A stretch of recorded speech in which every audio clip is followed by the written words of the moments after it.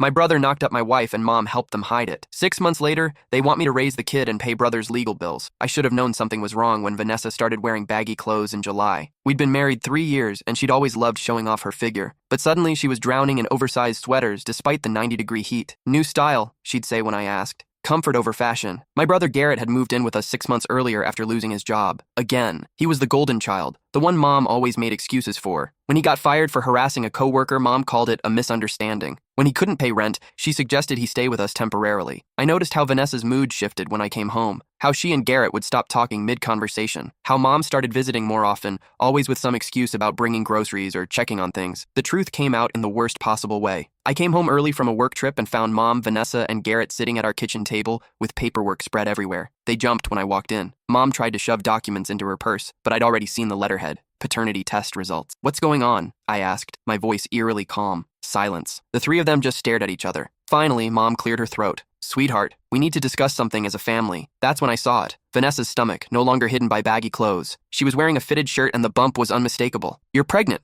I said. We'd been trying for a year with no success. My fertility issues had been a source of pain between us. Garrett stood up. "Look, it just happened." The room tilted. I grabbed the counter. "You need to understand," Mom said, moving toward me. "These things happen. Garrett made a mistake, but that baby is still family." I looked at the paternity results on the table. 99.9% probability. Garrett was the father. "How long?" I managed to ask Vanessa. "It was one time," she whispered. 6 months ago. I didn't know until— 6 months? I cut her off. "You've known for 6 months?" Mom reached for my hand. I pulled away. "We wanted to tell you," she said, but the timing was never right. And then Garrett got into some legal trouble with his old job, sexual harassment charges, and we thought— "You thought I'd what? Pay for his lawyer and raise his kid?" "It's your nephew," Mom said like that made it okay. "Family takes care of family." Garrett spoke up, his voice defensive. "I can't afford a kid right now. The legal fees are killing me. And you and Vanessa have a stable home, good jobs." I laughed. Actually laughed. "You want me to raise the child you conceived with my wife and pay for the lawyer defending you against sexual harassment charges? Don't be dramatic," Mom said. "Vanessa loves you. She wants to stay married. The baby needs a father figure who can provide—" "I'm moving out," I said. "Tonight." Vanessa started crying. "Please, we can work through this.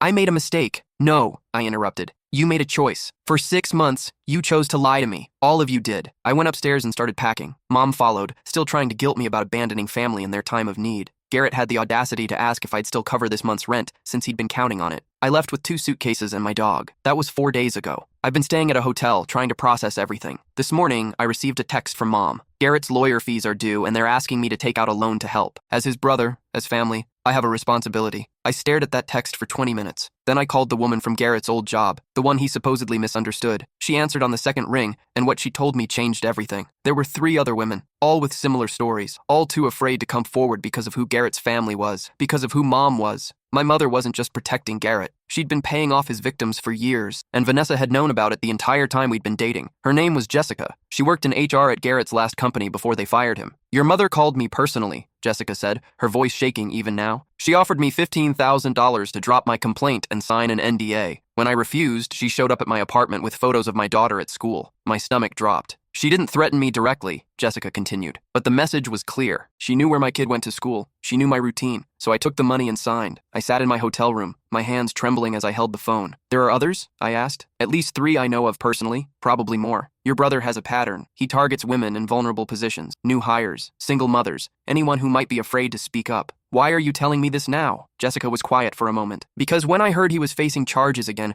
I realized nothing would change unless someone stopped protecting him. I've been carrying this guilt for 2 years. If I'd pressed charges then, maybe he wouldn't have—" "This isn't your fault," I said quickly. "None of this is your fault." After I hung up, I sat there staring at the wall for an hour. My mother had intimidated multiple women into silence. She'd used money, threats, and her connections to bury Garrett's crimes, and Vanessa knew. She'd known before we got married. I opened my laptop and started digging. Mom served on the boards of 3 major companies in our city. She had connections with judges, lawyers, and politicians. Dad had died when Garrett and I were teenagers, leaving her a substantial fortune. She'd built an empire on real estate investments and used that power to make problems disappear. Garrett's problems specifically. I found the first payout in her financial records from 5 years ago. $12,000 to a woman named Rachel Chen. Then another 6 months later, and another. Over the past 5 years, Mom had paid out nearly $90,000 to various women. My phone rang. Vanessa. I declined the call. She called again and again. Finally, I answered. "We need to talk," she said. I think we're past that. I'm pregnant with your brother's baby. I'm your wife. We have to figure this out. The audacity was breathtaking. You're not my wife anymore, I said. I'll be filing for divorce tomorrow. You can't just abandon me. I have nowhere to go. You should have thought about that before sleeping with my brother. In our house, in our bed. Silence. How did you? I found the hotel receipts, I lied. But her reaction told me I'd guessed right. You didn't even try to hide them well. It wasn't like that, she said, her voice breaking. It was complicated. You were always working and Garrett was there and save it for your lawyer. I hung up and blocked her number. The next morning, I drove to a law office downtown. The lawyer, a woman in her 50s named Patricia Morrison,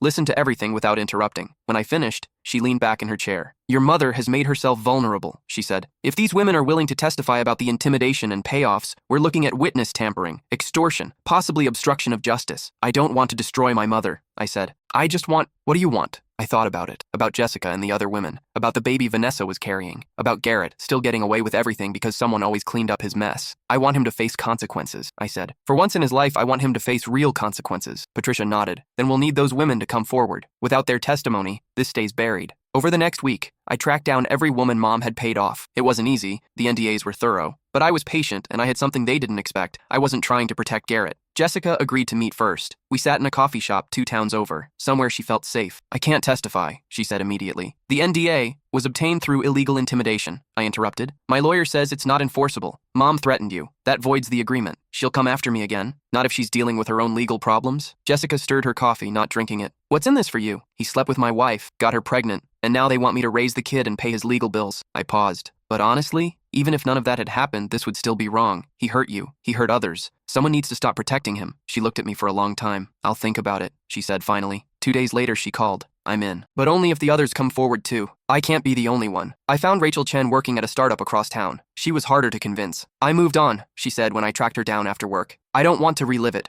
I understand, I said. But he's still doing it. There's a new victim right now, going through what you went through. Rachel's jaw tightened. Who? The woman filing the current charges. She's 23. Just started at the company last year. Rachel closed her eyes. When she opened them, they were wet. If I'd pressed charges? You were threatened. You did what you had to do to protect yourself. I'll testify, she said. On one condition. Your mother has to face charges too. She's the one who made it possible. I called Patricia. We have 2 willing to testify, working on the 3rd. Get me 3 and we can take this to the district attorney. The 3rd woman, Lauren Park, refused to meet me. She hung up every time I called. Finally, I wrote her a letter and left it at her workplace. I'm not asking you to do this for me. I'm asking you to do it for the next woman, because there will be a next one. There always is. She called me a week later. I'm 7 months pregnant, she said. I can't handle stress right now. You don't have to testify until after the baby comes. We can wait. Why should I trust you? You're his brother. Because I believe you. Because what he did was wrong. And because if I had known what he was doing, I would have turned him in myself. Lauren was quiet for a long time. I'll do a deposition, she said finally. But I'm not doing it until after my baby is born. And only if the other women go first. Deal. Patricia filed the initial complaints with the district attorney's office. The DA, a man named Richard Flores, agreed to meet with us. He reviewed the evidence, bank records showing Mom's payoffs, the NDAs, statements from Jessica and Rachel. This is substantial, he said. But I need to ask, why now? Your mother has been doing this for years. Because I didn't know, I said. And now that I do, I can't unknow it. He nodded slowly. We'll open an investigation, but I have to warn you, your mother has powerful friends. This won't be easy. Nothing worth doing ever is. The investigation took 6 weeks. During that time, Vanessa called repeatedly from different numbers. Mom sent emails. Garrett even showed up at my hotel. You're destroying our family, he said when I refused to let him in. You destroyed it when you slept with my wife. That's between you and Vanessa. But going after Mom, getting lawyers involved, you're tearing apart everything Dad built. Dad built a business. Mom built a protection racket for your crimes. Garrett's face went red. Those women are lying. They wanted money and Mom felt bad for them. Stop,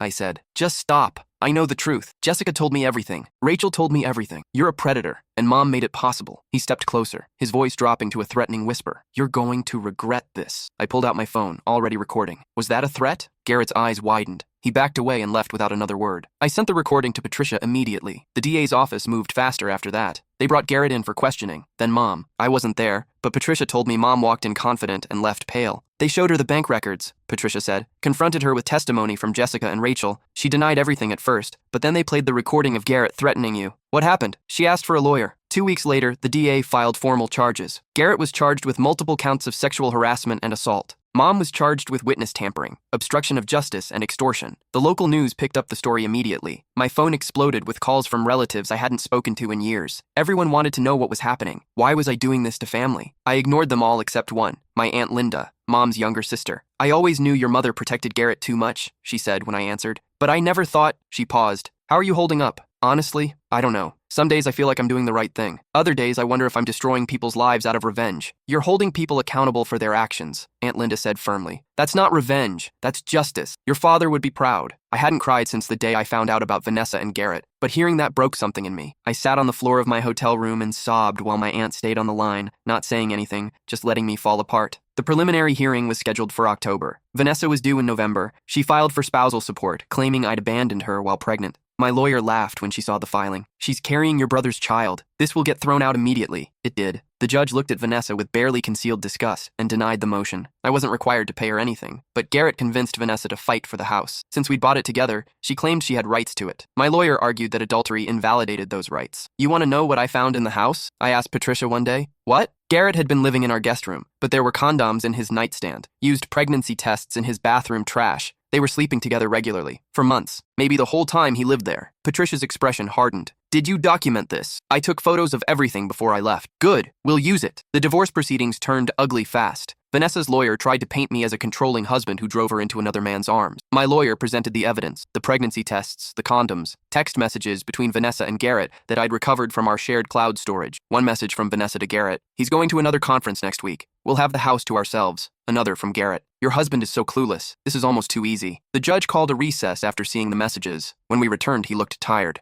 I'm granting the divorce, he said. Full dissolution. No spousal support. The house will be sold and proceeds split according to initial investment. Mrs. Anderson, you have 30 days to vacate. Vanessa's face crumpled. She turned to look at me, her eyes pleading. I looked away. Meanwhile, the criminal case against Garrett and Mom moved forward. The preliminary hearing revealed more than I expected. The DA had found 2 additional victims who came forward after seeing the news coverage. Both had been paid off by Mom. Both were willing to testify. Mom's lawyer tried to make a deal, probation and community service in exchange for a guilty plea. The DA refused. Your client engaged in a systematic pattern of witness intimidation and obstruction of justice spanning 5 years, he said in open court. The state is pursuing maximum charges. Mom looked like she'd aged 10 years. She sat in the courtroom wearing a designer suit that probably cost more than some of the victims made in a month. She wouldn't look at me. Garrett, on the other hand, glared at me through the entire hearing. He mouthed something that looked like, "You'll pay for this." I smiled and waved. His lawyer argued that all the relationships were consensual, that the women had willingly accepted money from Mom as gifts, not hush money, that Garrett was being persecuted because of his family's wealth and status. Then Jessica took the stand. She described in careful detail what Garrett had done, how he'd cornered her in the break room, how he'd made it clear her job depended on her compliance, how when she tried to report it, Mom had shown up with cash and photographs of her daughter. She knew where my child went to school, Jessica said, her voice breaking. She knew what time I picked her up. She didn't have to say the words. The threat was clear. Garrett's lawyer tried to tear apart her testimony. Isn't it true you were struggling financially at the time? Yes. And isn't it true you welcomed Ms. Anderson's generous offer? I took the money because I was terrified, Jessica said. Not because I wanted it, because I had a 6-year-old daughter and a woman with powerful connections was implying she could hurt her. The jury was rapt. Rachel testified next. Then Lauren, who'd given birth to a healthy baby girl 2 weeks earlier and agreed to testify via video conference. By the time the prosecution rested, the evidence was overwhelming. The jury deliberated for 4 hours. Guilty on all counts for Garrett. Guilty on all counts for Mom. I sat in the back of the courtroom, watching as the bailiff led them both away. Mom turned one last time, her eyes finding mine. I don't know what she expected to see. Regret, maybe, or forgiveness. I gave her nothing. Sentencing came 6 weeks later. Garrett got 8 years, Mom got 5, with the possibility of parole after 3 for good behavior. Your mother's age and lack of prior criminal history worked in her favor, Patricia explained afterward. But the judge was clear. Her actions enabled a serial predator. She'll serve real time. I drove to the prison to see Mom once before she was transferred to the state facility. She refused to see me. The guard who told me this looked sympathetic. She might come around eventually. Sometimes people need time. I nodded and left. Vanessa gave birth 3 weeks later. A boy. She named him Garrett Jr. She sent me a photo. I deleted it without looking. My divorce was finalized the same week. I got half the proceeds from the house sale, enough to put a down payment on a small place across town, somewhere without memories. I started therapy. Dr. Catherine Wu was patient as I unpacked everything. The betrayal, the guilt, the complicated feelings about Mom. You did the right thing, she said during one session. But doing the right thing doesn't always feel good. I destroyed my family. Your family was already destroyed. You just refused to keep pretending it wasn't. I thought about that a lot. 6 months after the sentencing, I received a letter from Jessica. I wanted you to know that I got promoted at work. For the first time in years, I don't feel like I'm looking over my shoulder. My daughter asks about the trial sometimes. She's old enough now to understand some of what happened. I told her that sometimes good people have to do hard things to stop bad people. Thank you for being a good person. I kept that letter on my refrigerator. Aunt Linda called regularly to check on me. She was the only family member who still spoke to me. Everyone else had chosen sides, and I wasn't on their side. Your mother's sister wants to visit her in prison, Aunt Linda told me one day. She asked if you'd want to go. No, that's okay. I told her you probably wouldn't. Does Mom hate me? Aunt Linda was quiet for a long time. I think she hates herself, and it's easier to blame you than face what she did. A year after everything fell apart, I was transferred to my company's office in Seattle. A fresh start felt right. I packed up my small apartment, said goodbye to Aunt Linda, and drove north with my dog in the passenger seat. I didn't tell anyone in my family I was leaving. No one would have cared anyway. Seattle was rainy and green and full of people who didn't know my story. I found an apartment with a view of the water, adopted a second dog, and started building a life that had nothing to do with Garrett or Vanessa or Mom. Patricia called one day to tell me that one of the other victims, a woman named Diana who hadn't testified, had filed a civil suit against Garrett and Mom. She's suing for damages, emotional distress, lost wages, that sort of thing. The lawyer thinks she has a strong case. Good, I said. They should pay for what they did. How are you doing, really? Better, I said, and it was true.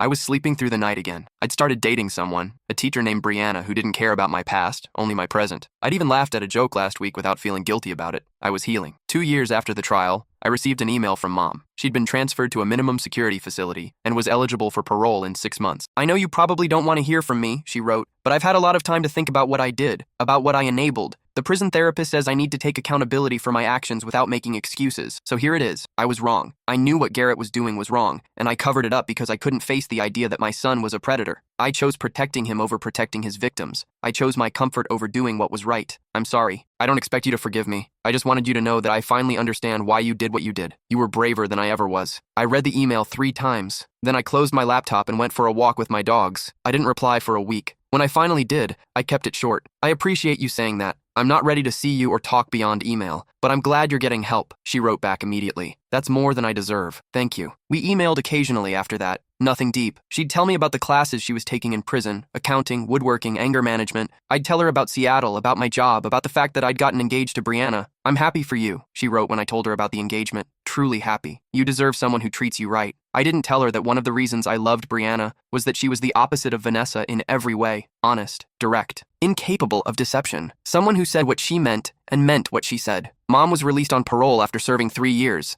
She moved to a halfway house in the city where I used to live, got a job at a nonprofit helping domestic violence victims, and started rebuilding her life. We talked on the phone for the first time in 3 years. I don't expect us to have a relationship, she said. I destroyed any right to that, but I wanted to hear your voice. I'm doing well, I told her. I'm happy. That's all I wanted to know. She asked about Brianna, about my work, about my dogs. She didn't ask about Vanessa or Garrett. Smart. How's Garrett? I finally asked because I couldn't help myself. Mom sighed. He'll be in for 5 more years. I write to him sometimes, but I don't visit. I can't. Every time I think about seeing him, I think about those women and what I enabled. Do you regret turning him in? I didn't turn him in. You did. And no, I don't regret that you did. I regret that it took you doing it for me to see the truth. We talked for an hour. It wasn't comfortable. It probably never would be, but it was honest. Garrett sent me a letter from prison. I recognized his handwriting on the envelope. I threw it away without opening it. 3 years after moving to Seattle, Brianna and I got married. Aunt Linda was the only family member I invited. She cried through the entire ceremony. Your dad would have loved her, she told me at the reception. I think so too. I thought about inviting Mom. I even drafted an invitation, but in the end I couldn't do it. Some wounds were too fresh, even after years of healing. She sent a card anyway. Congratulations on your wedding. I'm so proud of the man you've become. I kept it in a drawer, not sure how to feel about it.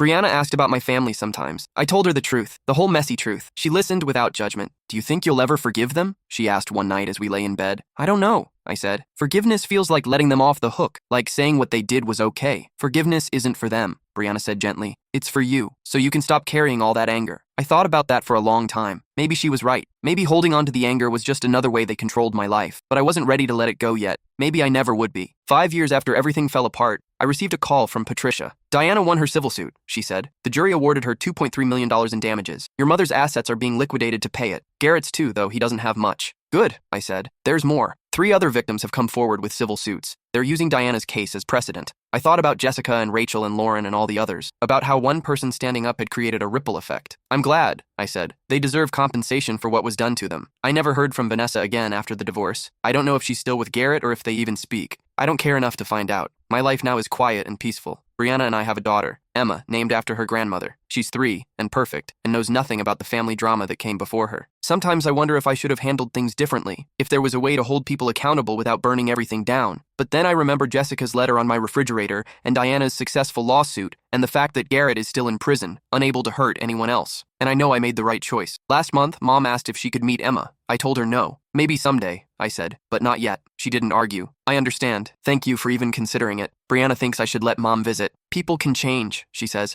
and your mom seems like she's really trying. Maybe she is. Maybe she's a different person now than she was before. But I have to protect my daughter first. I have to be the kind of parent Mom wasn't. The kind who prioritizes their child's safety over family loyalty. So for now, Mom stays at a distance. We email occasionally. We talk on the phone every few months. It's more than I thought we'd ever have and less than a mother-son relationship should be, but it's honest. And after everything, that's all I really have to offer. Garrett gets out in 2 years. I've already made plans to change my number and lock down my social media. He doesn't get to be part of my life, even from a distance. Aunt Linda asked me once if I regret any of it. No, I said without hesitation. I regret not knowing sooner. I regret not being able to stop him before he hurt so many people. But exposing the truth? No, I don't regret that. Your father would be proud, she said. I wish he was here to tell you himself. I think about my dad sometimes, about what he would have thought of all this. Would he have protected Garrett like Mom did? Or would he have turned him in himself? I'll never know. But I choose to believe he would have done the right thing. Because if I believe that, then maybe doing the right thing is in my DNA too. My daughter is learning to ride a bike now. I hold the back of her seat and run beside her, making sure she doesn't fall. Brianna watches from the porch, laughing at my dramatic coaching. You can do it, Emma! Just keep pedaling! She wobbles and I steady her, my hands firm on the seat. I got you. I tell her, I'll always catch you, and I mean it. No matter what happens, no matter who comes back into my life from the past, I will always protect her. I will always choose her safety over family loyalty, because that's what love is. Not protecting people from the consequences of their actions, but protecting innocent people from those who would hurt them. I let go of the bike seat, and Emma pedals on her own for the first time, shrieking with joy. Brianna cheers from the porch. I run alongside Emma, ready to catch her if she falls, but letting her have this moment of independence. It's a perfect day. The sun is shining. My daughter is laughing. My wife is smiling. And thousands of miles away, the people who tried to destroy me are living with the consequences of their choices. That's justice, not revenge, not punishment, just accountability, and it's enough.